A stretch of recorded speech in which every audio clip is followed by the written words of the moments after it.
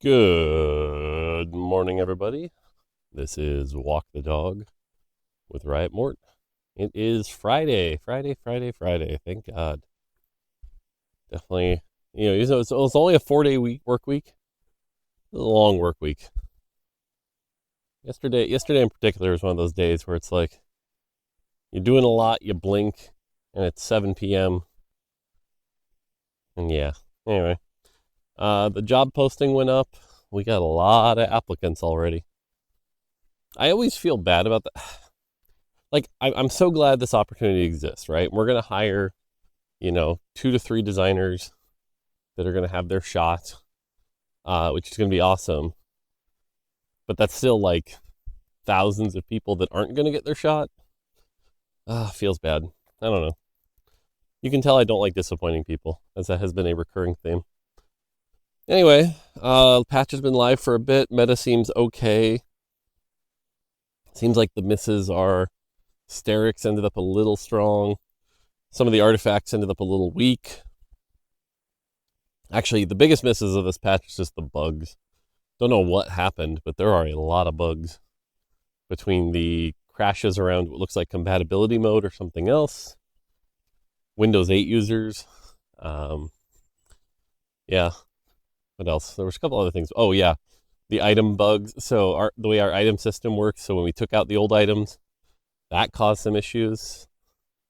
We got some of them fixed already, but yeah. Balance-wise, though, things seem to be okay. So, and then the 4v4 tournament this weekend. So we'll see how that goes. I'll try to watch a little bit, but I'll have to find a view I can watch that isn't insufferable. So hopefully I can find one. And yeah, see how it goes. I know a lot of people like in 4v4, so. Okay, cool. Let's, sorry, it's like 5:30 a.m. Another one of those nights where I didn't quite get as much sleep as I'd like, but that's okay. All right, let's get started. We got questions. Has there been any thought about moving AD away from mana, specifically because the person brought up, like Misfortune needing Shojin and things like that? The way we structure things is that basically there are really 2 types of AD champions when it comes to ranged. Let's focus on ranged for the second here. We have the ones where most of their damage, or a lot of their damage, comes from auto attacks. And so this can be something like Kindred isn't. Kindred's not even a good example of this. Jinx isn't like. Are there really any good ones this set? A lot of ours. I mean, obviously Zeri, but even no, there aren't really any good ones this set. There's a good one next set, but basically, if you think about like set 3 Xayah, right, where it's just like they auto attack. Oh, and Kog'Maw. Let's talk about Kog'Maw. There we go. Kog'Maw, most of the damage is from auto attacks, and the spell is like enhance those auto attacks further, right? And what's interesting about these champions is typically we'll give them something like a very low mana cost, right? I think Kog'Maw's sitting at like 30 or 40 right now. And so it's like be in this state and then not in this state, and then in this state and then not in this state. But again, most of their damage is coming from auto attacks. These are the kind of champions that, like, if you told me they weren't supposed to be mana, great, no problem, right? Like, Jhin, right? When Jhin is monoless and he just has the 1, 2, 3, 4 counter, right? Like, we could build custom counters for everything. And the reality is, you're not supposed to put blue buff on Kog'Maw or Shojin on Kog'Maw. So that wouldn't be a problem, and I don't see that. But at the same time, it's not like anyone's building mana items on them right now. And so having independent systems that players would have to learn, as opposed to the core mana system, seems incorrect. Like, again, using Kog'Maw as the example, should he have a 1, 2, 3, 4 counter or a rage counter or anything like that? I don't think so. I think just having one mana system that you understand how it works seems fine. And then we have the other type of AD person, which is the ones where most of their damage is in their spell, right? This set has a lot of those, right? Like, this is your Xayahs, your Misfortunes, your Kindreds. Kindra's a rapid fire spell, but same thing. Jinx is another one, and this is the ones where they do most of their damage through their spell. And the assumption here is that people build Shojin on these champions. And it's interesting because they are designed to use Shojin, but a lot of the times what ends up happening is that Shojin, when you have a spell, right, your spell is designed to kill, you need that spell to do as much damage as possible. And this goes back to the Yumi thing we've talked about before, where it's like the difference between doing 51% and 99% of somebody's health is pretty irrelevant. For a lot of these champions, you need the spell to hit as hard as possible, not cast it 3 or 4 times. But Shojin is actually one of the least multiplicative items. So like if you're playing a Misfortune, do you build Shojin, i.e. Deathblade? Or do you build i.e. Deathblade, let's say Guard Breaker, or I guess now Stride Breaker, or Giant Slayer, and get that extra % damage amp that multiplies everything else, so that when that spell casts, it hits like a truck, versus, well, the first time that spell casts, you get everyone down to 30% and feed them mana so they cast their spells, right? Because one of the other things about spells is that if let's say you're at 100% health and I deal, let's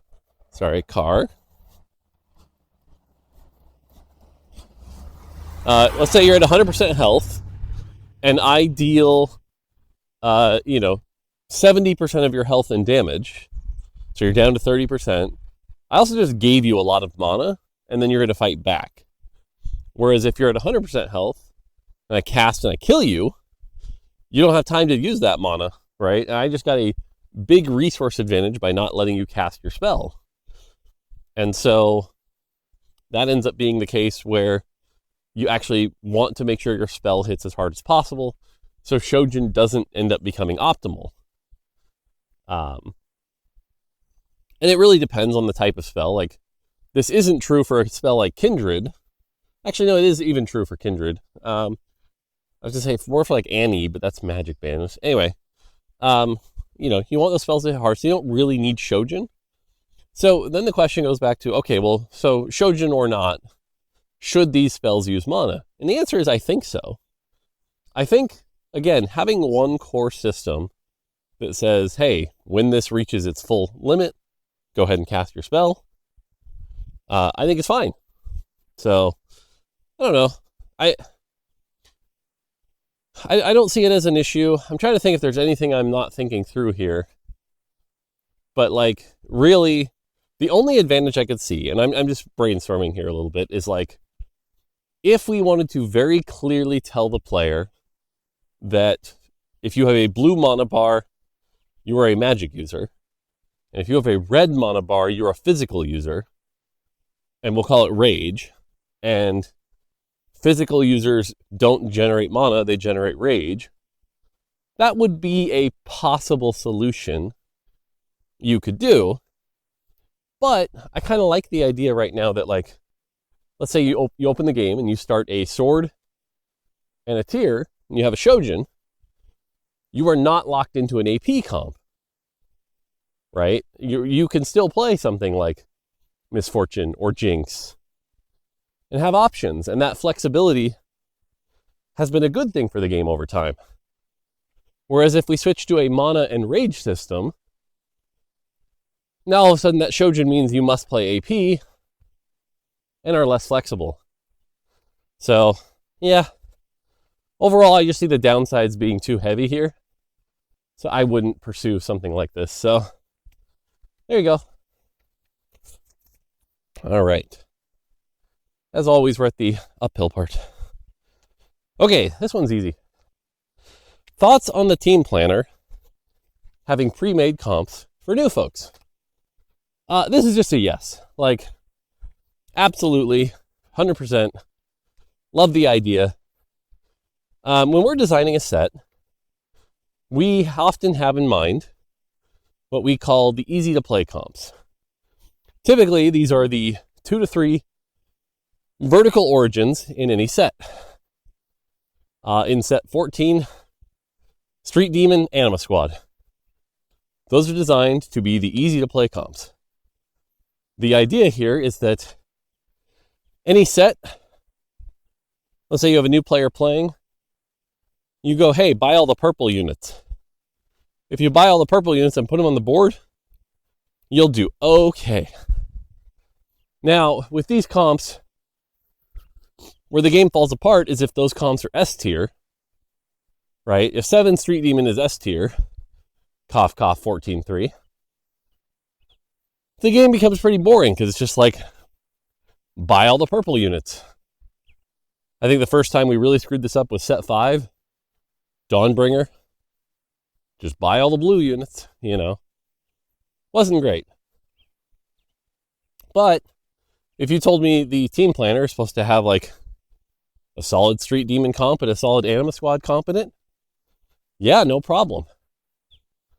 I think the questions become, one, how many comps? And, how useful is it? Because what I don't want, and keep in mind, I already know players do this, okay?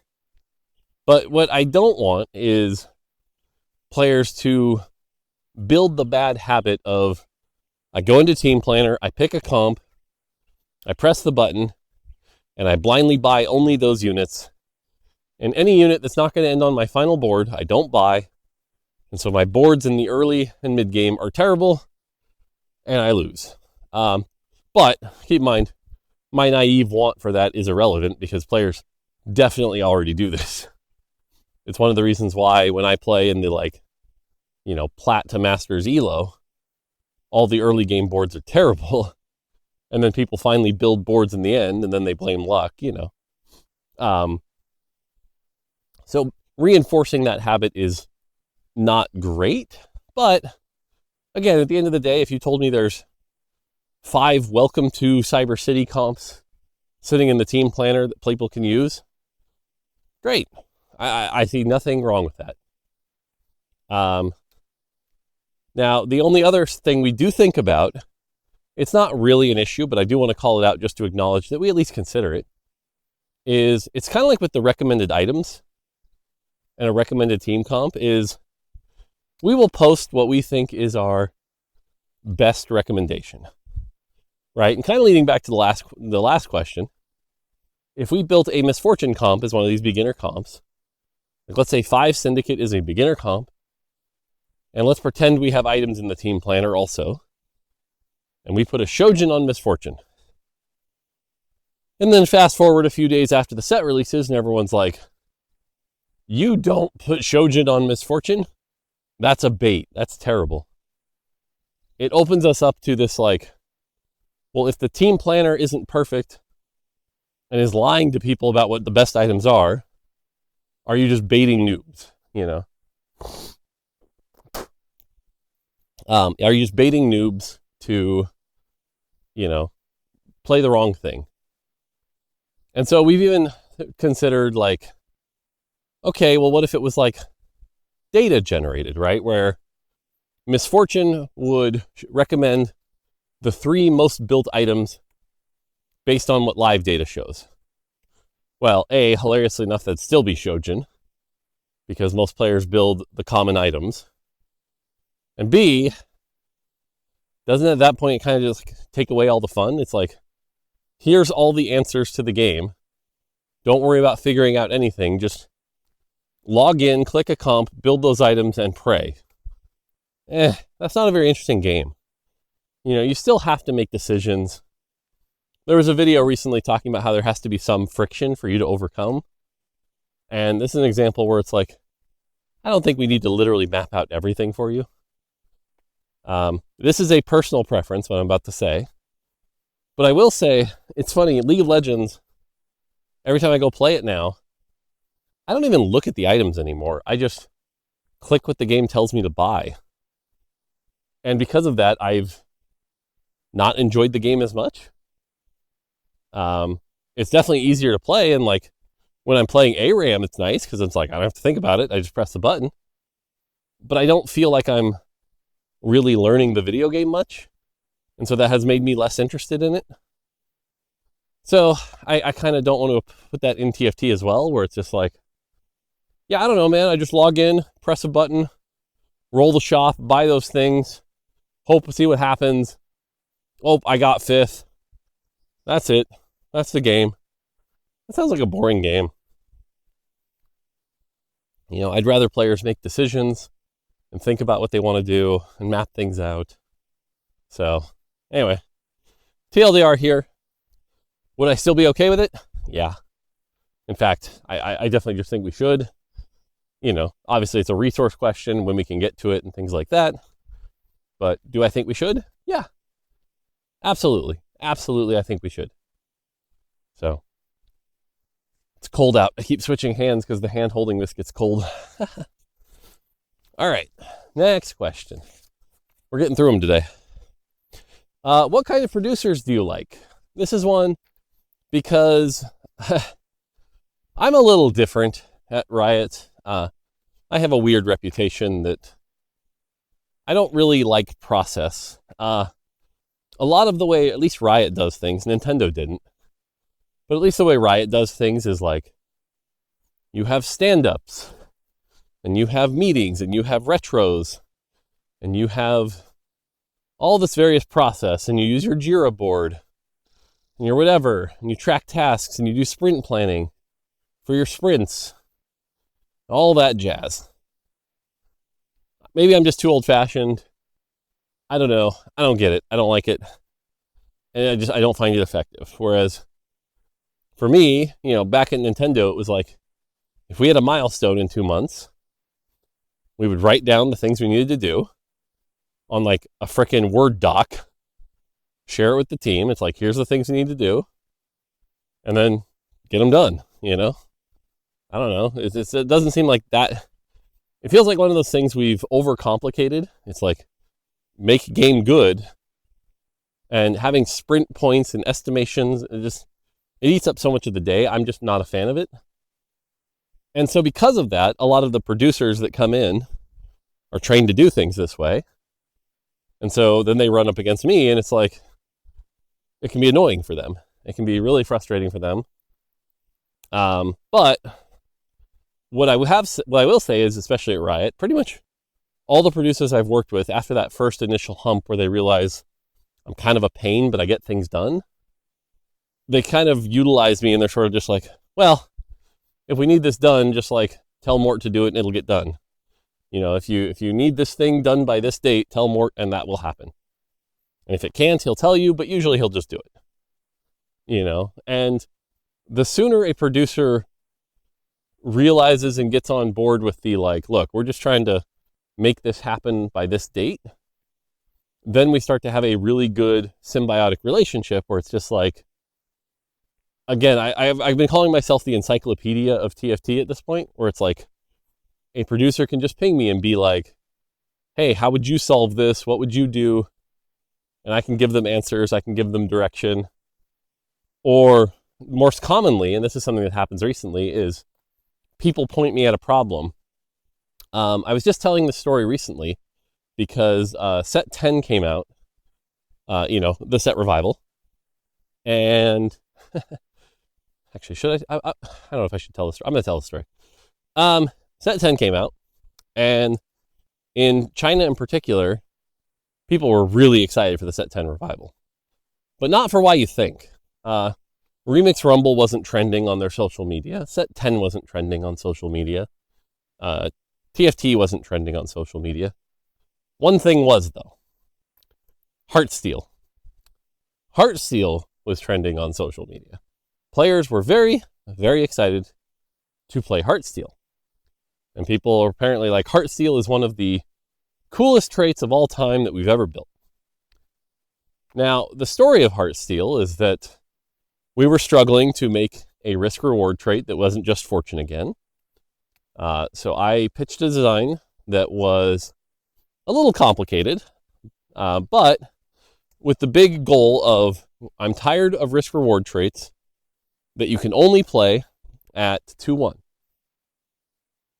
And so I want to build a trait that has extra levers so that, when you put it in on stage 3 versus stage 2, you can get more rewards, right? Because Fortune doesn't really have a lot of levers. You either lose or you don't, +1. Heartsteel has a bunch of levers, right? It's like the multiplier for the trait value, the stage value, the kills, the loss. All of those gave us enough levers to create a really good balanced experience based on everything. So we shipped that, and it was actually not great. It was fine, don't get me wrong, it wasn't bad by any means. But players, we're kind of like, especially in Eastern regions, we're kind of like, that's it? I play it for 4 rounds and I get like 2 items? That's boring. What the hell? And so we chipped it, and, Blue Velvet comes to me. And again, like a producer does, knowing that I'm just a weapon to point at. And he goes, Mort, we need to make Heartsteel have that more exciting high moments. Is there anything we could do? And this is where my special power comes in.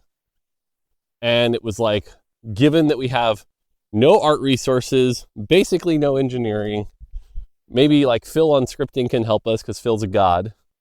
Phil's great. And what could we do by next patch? And I was like, I remember sitting there in the office because I was sitting in that chair next to Alex's desk. And I'm just like, within 10 minutes, I'm like, well, how about this? When you hit 4, instead of just cashing out, you can cash out, or you can crank it up. And when you crank it up, it's this extreme high risk thing where the box turns golden and everything doubles, because we can just put a gold layer over the box. We have that art. And the number starts going up pretty dramatically. But if you win a single fight, you screw it up. So you have to like perfectly pick 4 rounds.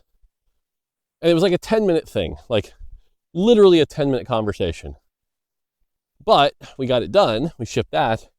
And that elevated Heartsteel into like this amazing thing that players loved. And I bring this up because, sure, I had the idea, but that's not the important thing, right? Like, it was Blue Velvet who did the research, did the conversations, talked with our insights people, figured out how much it needed to be, like, what would the impact be? Is this where we should be spending our calories? Is this worth doing? Yes, it is. Okay, now I'm just going to point more at it, get the best thing to solve the problem, and then make sure it happens, right? So, yes, I had the idea, but without Blue Velvet, none of it would have happened, right? And like, that's what a good producer is to me. Someone who creates the opportunity space, points out the right problems to be solved, and then makes sure it all comes together. So that's what I look for in a good producer. Yeah. And so generally anyone who is willing to work with me like that, I'm on board for. Now, the other thing I'll throw out here is going back to that process, is anytime there is a process, like let's say we do a retro, and you sit there for an hour and you listen to the retro, and you look at the end result and you're like, that wasn't worth the time. They don't just do things because it's on the schedule. They actually critically evaluate, like, is this actually necessary? Are we actually getting value out of this? Because if we're not, why the hell are we doing it? That is another big +1 for me. Because, man, there are so many things sometimes I'm just like, what are we doing here? So having clear objectives, things like that. But again, all of this I just described kind of sounds like a pain to work with, doesn't it? If you're watching this and you're somehow a producer or business major,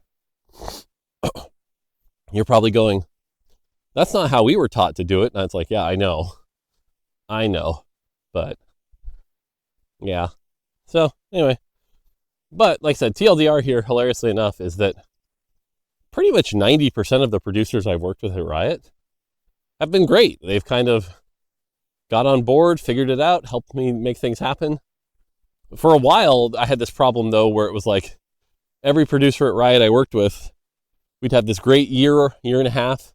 We'd do a project or two, and then they'd get moved, or they'd get a new opportunity, or whatever, and I would get a new one. And I kept jumping between new ones and new ones. And we made the joke when Blue Velvet joined, it was like, we'll see how long you last. But now Blue Velvet has the record. Blue Velvet is at like 3 years now, a little more than 3 years, I think. And yeah, so that's been nice. But yeah, whether it was like, yeah, I don't need to name names, but yeah, there have been a bunch. So there you go. All right, last question. It's a Demacian Raptor question. When we talk about player choices, how do you feel about a trait like admin, which gave you infinite choices? So admin, this is one where it's like not a popular opinion on the team, because the team, I think, really loves admin. I think the team in particular is like, admin is like one of the coolest traits. We just got to do everything. It was really cool. You got to like build your own trait. From a theoretical standpoint, it's a really awesome thing. Build your own trait. I don't disagree. I think there are merits to admin for sure. But as the person who had to make sure admin worked and didn't devolve, I'm not a big admin fan. And the reason for that is that if you go back and like really study how admin was played, it was like there were a ton of options, and about 20% of them were like playable generically, if that. It was like, if you got this one, you play Warwick. If you got this one, you play Camille. If you got this one, you play Lysandra. And if you got any of these other ones, get out of the trait. Don't touch it, because they're terrible. And then there were like 1 or 2, maybe 3 really unique, narrow ones that would make a player like Leduc happy, where it was like, if you get exactly this one, you can do some silly things. Or if you're in this incredibly high roll situation, you can make this work. But otherwise, and then I'd say we had like 50% of the trait was actually just dead options. But they had to be, because you couldn't buff any individual component of admin, because it would buff the better version of that same output because of the way the trait was structured, you know? So it's one of those ones where I go back to, it's like, yes, there's a lot of choice, but there's a lot of complexity, and the end result wasn't actually that interesting, because you would make all of these choices, and then your trait would finally turn into, you know, on kill, gain 50 health. Like, that was your entire trait. We built this entire trait. Like, if I printed a trait that just said on kill, gain 50 health, you're like, that is a boring ass trait. Why would I ever want to play that? Other than the fact stacking is fun. But because it has this layer of choice to get down to basic stats, it's like the idea of that choice, I don't know. I didn't think it did great things for the game. But again, it's like when you write it down, it sounds so cool. But then when you go to play it, it's like kind of tedious. Now, that being said, I realize some of this could be personal taste. So would I ever print admin again?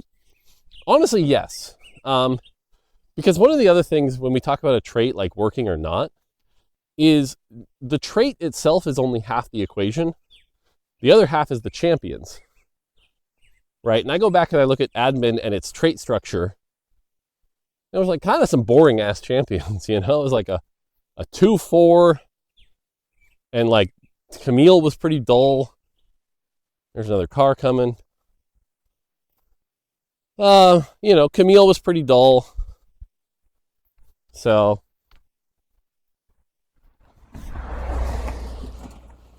I you know, doing admin again, taking another stab at it, because that's something else we've been pretty successful at with TFT, is like, we do a thing once, it's like half successful, but we could do better. And then we take another stab at it 2 years later with all the stuff we've learned, and we do the better version. Now, that's not to say that's true for everything. There are some things, like, I feel like set 9 Cho'Gath stacking was one of the best versions of stacking, because it was like health, it felt good. He grew in size, the health bar got bigger, it felt really good.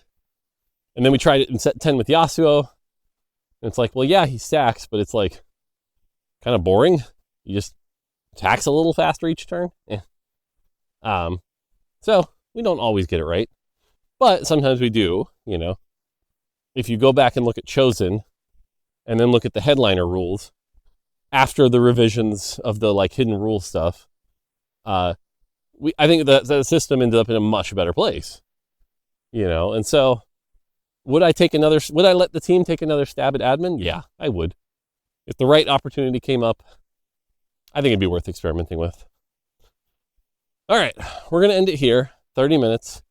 I realize if I go too long, that's when maybe the microphone dies. So hopefully this video doesn't cut out like yesterday's did. And I'll wrap this up here. It's Friday, which means no more of these till Monday. Looking forward to streaming this weekend and just getting to play some video games because I have not been playing much, although I have been working on my shelf, which has been a lot of fun. It has distracted me, and I just want to keep organizing it. Right now I got to wait for my cases to come in. But yeah, shelves fun. Good stuff. Good times. Friday, I'm meeting with Medler. I have my one-on-one with Medler today, so that'll be a fun conversation. Yeah. All right, that's going to do it for me. Have a great weekend, everybody. Hope to see you on stream. Otherwise, that's going to do it for me. Until Monday, take it easy.